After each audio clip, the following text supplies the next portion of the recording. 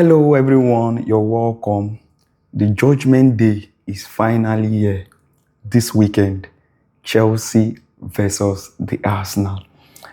So before we go into the preview for the match, if this is the first time you're watching us on this channel, do well to hit on the subscribe button, like the video, and then you can also leave your thoughts in the comment section what you think about this game this weekend.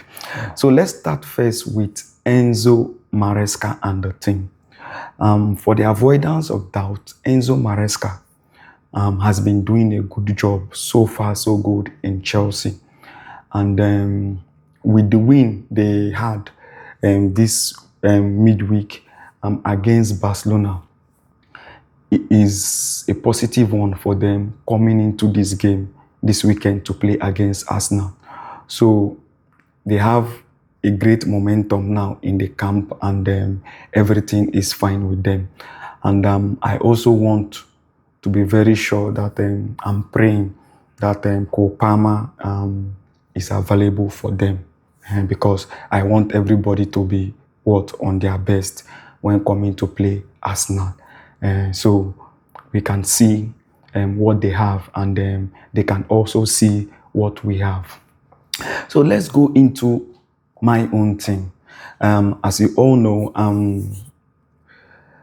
Mikel Arteta and the team have been doing a wonderful job this season. And many of the rival fans out there, media houses, football lovers, are eager and waiting to see what will happen this Sunday between Chelsea and Arsenal. And probably they might target another test for Arsenal this season. And coupled with the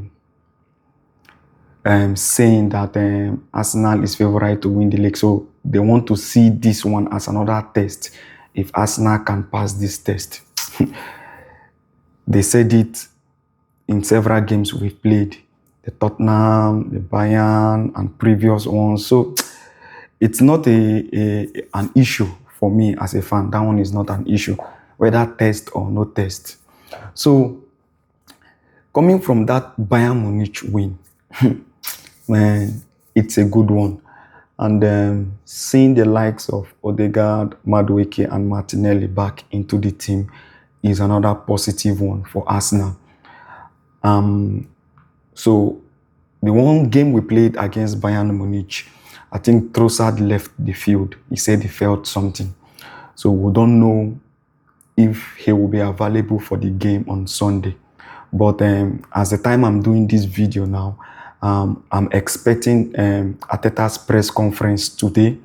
And so I'm doing this video earlier before the press conference. So after the press conference today by Arteta, we would know if Leandro Trossard is available or not.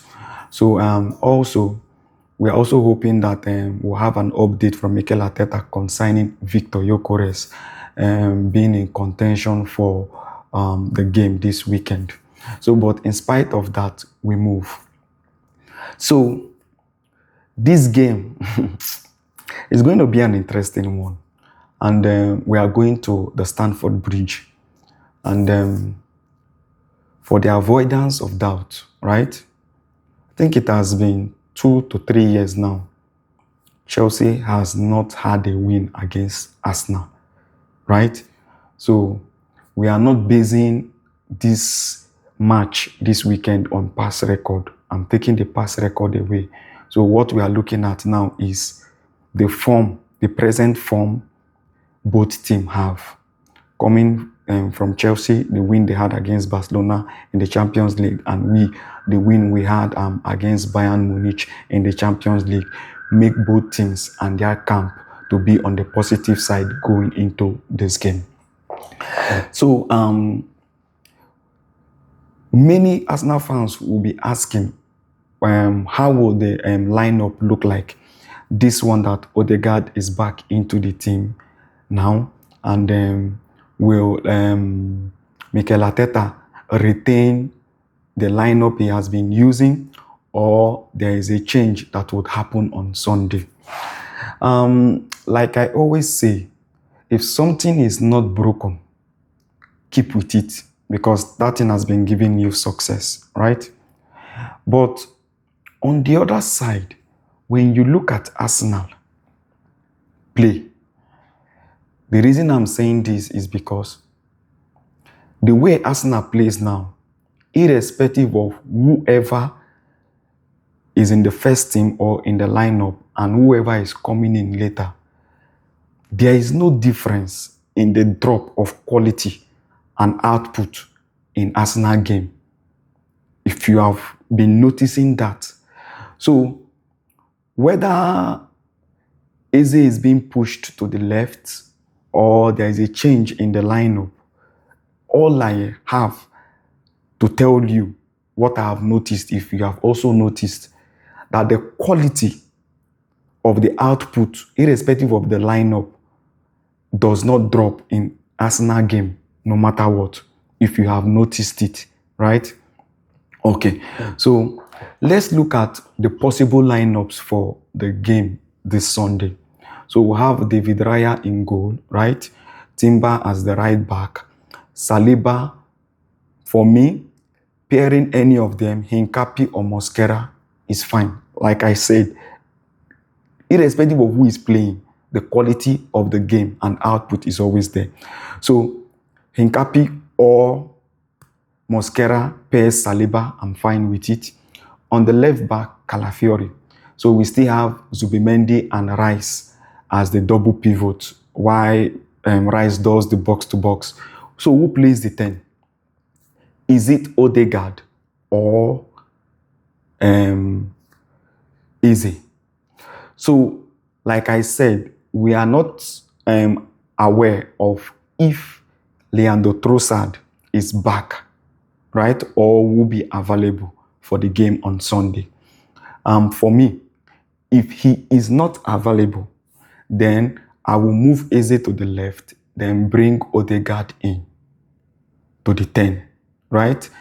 Then, if Gyökeres is not also available, I will retain Merino as the false 9 and Saka on the right wing. But if Leandro Trossard is back, right, I will play Eze in 10, play Leandro Trossard in the left wing. If Gyökeres is back, I will still play Merino as the false 9 and Gyökeres comes from the bench. Then Saka plays on the right. So we now have Odegaard on the bench and also have Gyökeres on the bench and also have Madueke, Martinelli and the rest on the bench, right? So this is the possible lineup I have for the game. And going into this game, Arsenal is going to prove to people that this is no longer the Arsenal you used to know. If you have not noticed it this season, you will see it this weekend against Chelsea. The highest that can happen at Stamford Bridge is Chelsea getting a draw in that game. That's the highest thing that can happen. Irrespective of that, I'm fully confident that Arsenal will come out with a win at Stamford Bridge. Confident with a win at Stamford Bridge. I know Enzo Maresca is good at setting up and preparing for game by game, right? He's very good at that.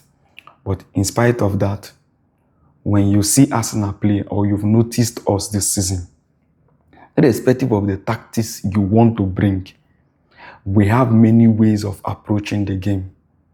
And we have many ways that we want to score. If we want to score you. Either the open play, they've been complaining from the season that we set piece, alone goal.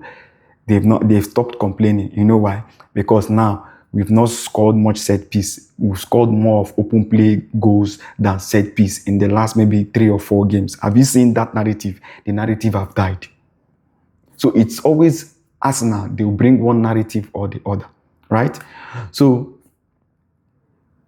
going into this game, we have a lot of ways and approach to win this game. If you have not noticed it, you should have noticed it from the glimpse of what you saw in the Bayern Munich game. looking at Bayern Munich in the first half, reading them, reading their game approach in the first half, and the second half we neutralize them and we open the floodgate. That's it. The same thing we did to Atletico Madrid, right? My problem with Arsenal this season is not about playing big teams, whether in the Champions League or in the Premier League. My problem in Arsenal, like I've always said in my videos, are what? The teams we play in the mid-table teams in the Premier League. The likes of Aston Villa, Newcastle, Fulham, Brighton, and West Ham. These are the people that takes out points from us, not the big teams. Over 2 to 3 years in the Premier League. Have you not noticed it?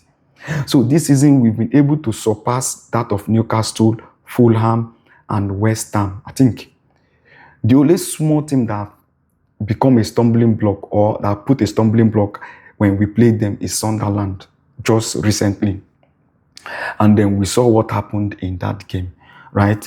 It was a win that we should have gone with, but that incident happened. They got that 9-minute goal. I think a miscommunication between Raya and Gabriel Magalhaes. So that happened, and then if you see the reaction of Arsenal players getting a draw, you would know that they were very pained in that. But to me, I noticed that that draw against Sunderland was a blessing. I think sometimes in your life, you need a reality check so that you will not just be going and thinking that everything will go smoothly for you. I think that Sunderland game was a reality check for Mikel Arteta and the boys to reset and reshape their mentality and their focus. So what you're seeing after that Sunderland game now is the result of that Sunderland recheck. And I'm happy that happened to us. Yes. So this is how it is going to be. Like I've said, the only thing that can happen in that game on Sunday is Chelsea having a draw in Stamford Bridge. Other than that, Arsenal is going to come out with a victory in that game. Right? So on Sunday, put an eye and watch the game. That's the Judgement Day. Also, don't forget to hit on the subscribe button, like this video, and also, what is your thoughts on this game that we are going to play on Sunday with Chelsea? You can leave that in the comment section. See you guys. Thank you.